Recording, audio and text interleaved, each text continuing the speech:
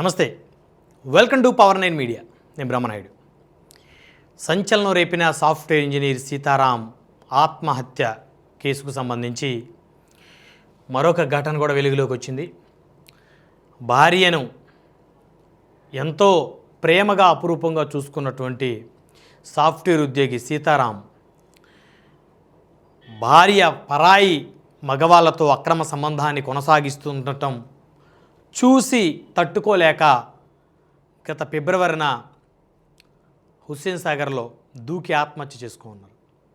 అయితే సీతారాం భార్య రేణుక భర్త చనిపోయిన తర్వాత నెల రోజుల తర్వాత రేణుక తాను వివాహేతర సంబంధం పెట్టుకున్నటువంటి ముగ్గురు వ్యక్తుల్లోని మరొక వ్యక్తి రమణారెడ్డి, ఆయన్ని పెళ్లి కూడా చేసుకున్నటువంటి ఈ ఫోటోలు బయటికి రావటం నిజంగా అందరినీ కూడా ఆవేదనకి గురి చేస్తూ ఉన్నాయి. ఒకసారి చూడొచ్చు ఈ ఫోటోలు. రేణుక సీతారాం భార్య, సాఫ్ట్వేర్ ఇంజనీర్ సీతారాం భార్య రేణుక. ఈ పెళ్ళి సీతారాం చనిపోయిన తర్వాత హుస్సేన్ సాగర్లో దూకి సీతారాం ఆత్మహత్య చేసుకున్న తర్వాత ఒక నెల రోజుల తర్వాత రేణుక రమణారెడ్డిని వివాహం చేసుకుంది. అయితే అసలు ఏంటి అని వివరాల్లోకి వెళ్తే, ఒక గెట్ టుగెదర్ ఫంక్షన్లో మళ్ళీ పాత స్నేహితులు రేణుకకి పరిచయం అయ్యారు. వారిలో ముగ్గురు, ఆ ముగ్గురితోటి రేణుక వివాహేతర సంబంధాన్ని కొనసాగించడమే కాకుండా తన ఫోన్లో వీడియోలు తీసుకుంది. ఆ వీడియోలు రమణారెడ్డికి షేర్ చేసింది. రమణారెడ్డి ఆ వీడియోలు ఇన్స్టాగ్రామ్లో షేర్ చేశాడు. అయితే సాఫ్ట్వేర్ ఇంజనీర్ సీతారాం ఎప్పుడైతే ఇన్స్టాగ్రామ్లో ఆ వీడియోలు చూశాడో దిగ్భ్రాంతికి గురయ్యాడు.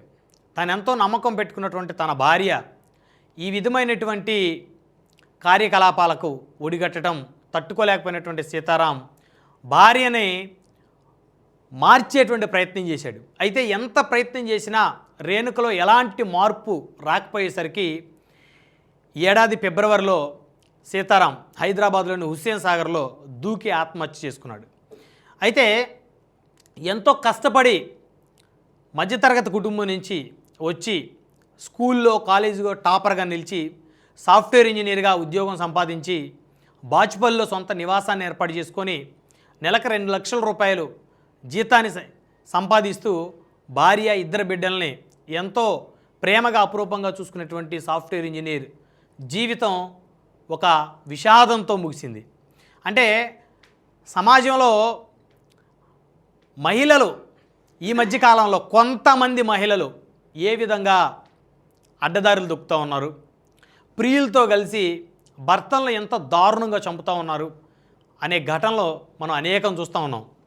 అయితే ఈ ఘటన మాత్రం నిజంగా భర్తను చంపలేదు రేణుక వ్యవహారం తాను విచ్చలవిడిగా తిరగటం అవన్నీ కల్లారా చూసినటువంటి భర్త సీతారాం తట్టుకోలేక, ఎందుకంటే ఆత్మాభిమానం ఉన్నటువంటి వ్యక్తి కాబట్టి తట్టుకోలేక తనంతట తాను ఆత్మహత్య చేసుకున్నాడు. అయితే భర్త చనిపోయిన తర్వాత కనీసం ఏమాత్రం పశ్చాత్తాపం లేనటువంటి రేణుక నెల రోజుల తర్వాత రమణారెడ్డి అనేటువంటి వీడిని చూడండి, వీడు ఒక నీచుడిలా కనపడతా ఉన్నాడు.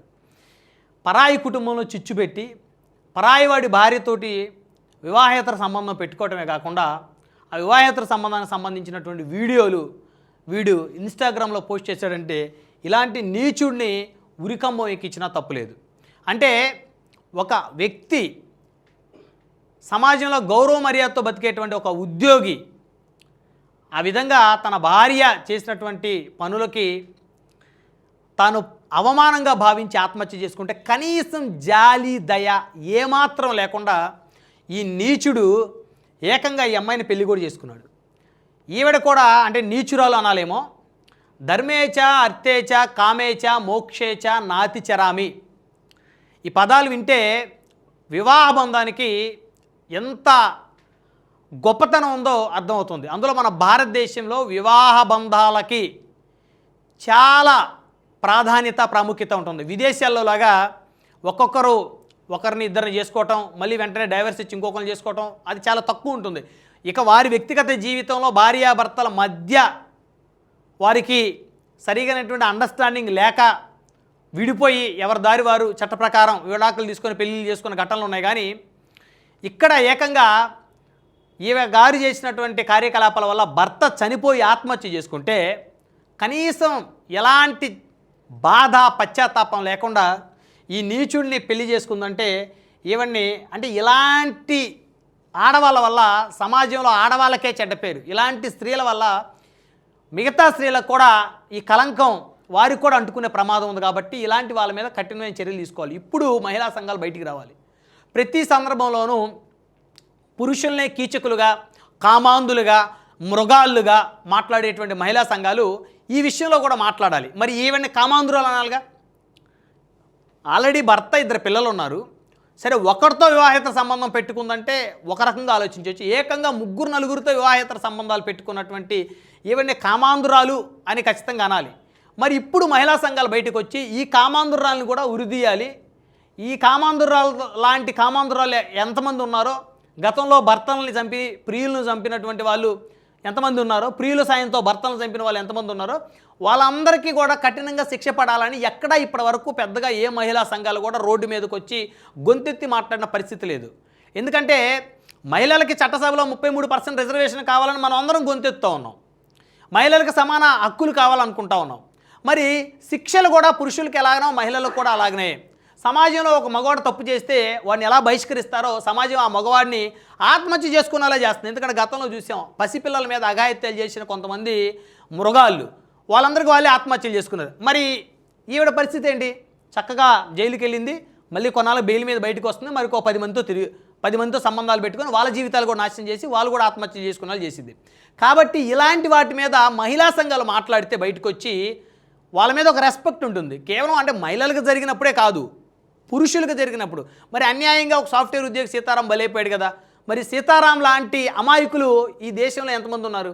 మరి వాళ్ళకు కూడా మహిళా సంఘాలు అండగా నిలబడాలి కదా. కేవలం మహిళలకు జరిగే అన్యాయాల మీదే కాదు కదా. ఒక 2 మహిళలకు అన్యాయం జరుగుతూ ఉంటే మహిళల వల్ల 4 పురుషులకు ఈరోజు ఎక్కువ అన్యాయం జరుగుతూ ఉంది. కాబట్టి ఇలాంటి వాటి మీద ఖచ్చితంగా మహిళా సంఘాలు మాట్లాడాలి. ఈ మధ్యకాలంలో గెట్ టుగెదర్ ఫంక్షన్లు అత్యంత ప్రమాదకరంగా మారినాయి. గతంలో కూడా మనం ఒక ఇన్సిడెంట్ చూసాం హైదరాబాద్లోనే. గెట్ టుగెదర్లో పరిచయమై మళ్ళీ పాత స్నేహితులతో పరిచయమైనటువంటి ఒక మహిళ వివాహేతర సంబంధాన్ని ఏర్పాటు చేసుకొని కన్న బిడ్డలకి అన్నంలో విషం పెట్టి చంపేసింది.